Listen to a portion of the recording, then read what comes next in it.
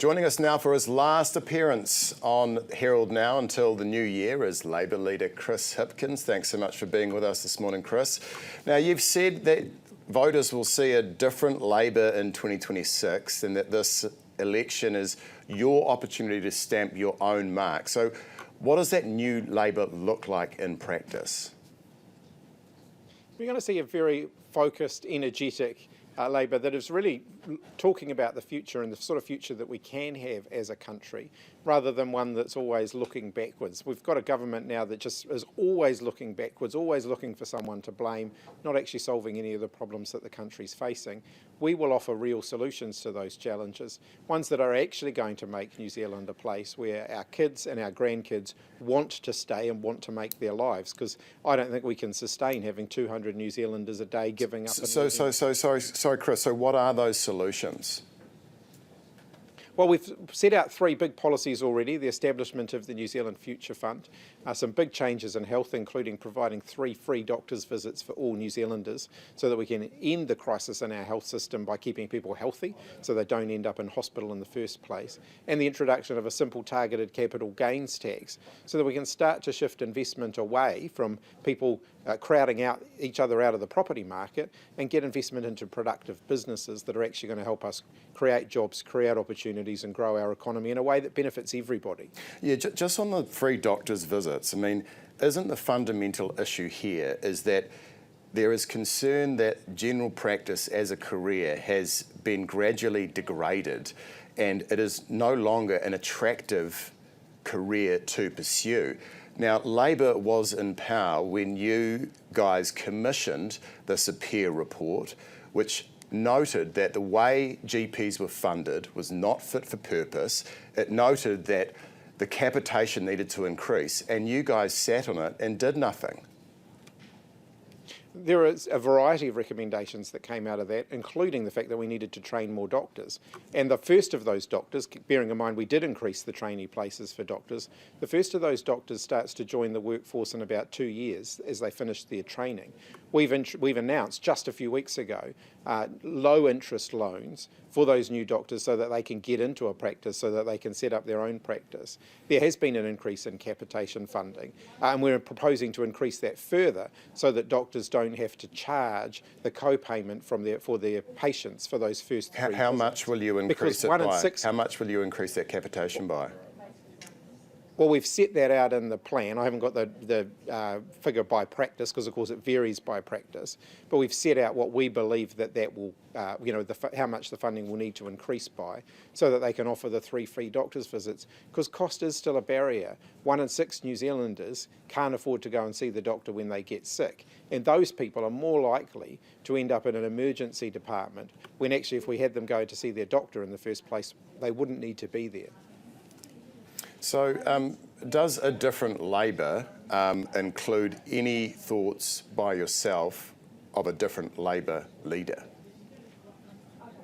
No, not at all.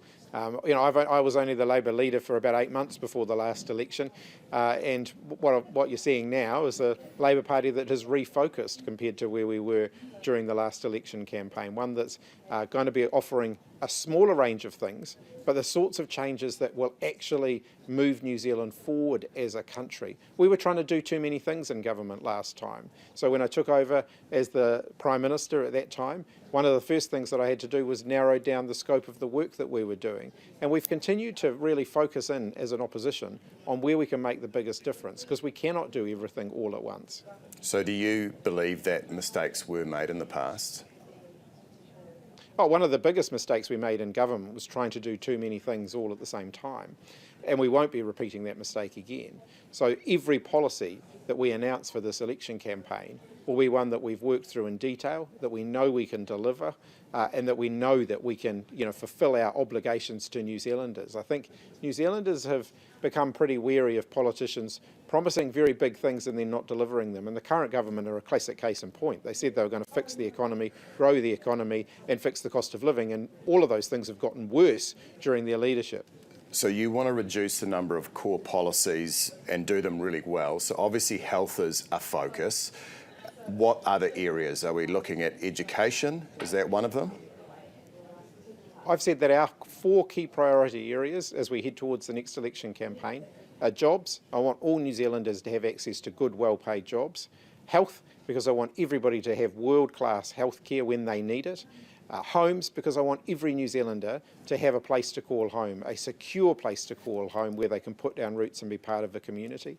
And then cost of living, because all 3 of those things actually touch on cost of living, and it is the #1 issue facing New Zealanders at the moment. So you can expect to see more policy from us in all of those areas. And when will that happen?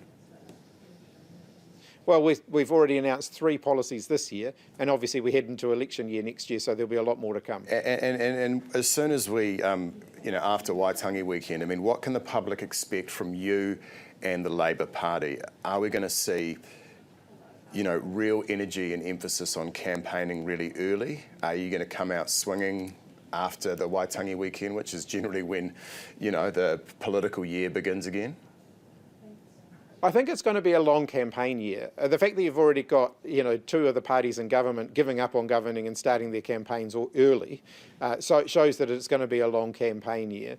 I think that's going to be Christopher Luxon's challenge to manage. He's going to have David Seymour and Winston Peters trying to basically do him out of a job through most of the year next year. I don't envy him having to manage that. My job is to make sure that New Zealanders know there's an alternative to that chaos, one that's a stable government that's focused on the future, and that would be a Labour government. But I mean, the alternative, I guess, when you're looking from New Zealand's perspective is if you had a Labour majority, would you be looking to partner with Te Pāti Māori or the Greens? Because Te Pāti Māori hasn't been performing particularly well lately. Te Pāti Māori's been in absolute shambles. My goal at the next election is to get Labour's vote as high as possible, and I'm also aiming to win back all 7 of those Māori seats, because that is the best way of securing a change of government. And I know that Māori voters across the country don't want to see this government re-elected, and my message to them is if you want to have a change of government, voting Labour is the best way of guaranteeing that. How will you personally ensure that your sort of popularity as possible Prime Minister continues to go up, Chris? Like, what are you going to be doing next year to generate those extra votes and improve popularity ratings for yourself? Look, I'm not that focused on that. I'm just going to be myself on the campaign trail. People will make their own decisions about that. I'm not a used car salesman, so I'm going to be out there just being myself, setting out my vision for the country, what I would do differently as Prime Minister compared to what the current government are doing, focused on how we can actually build a country that our kids and our grandkids want to stay in.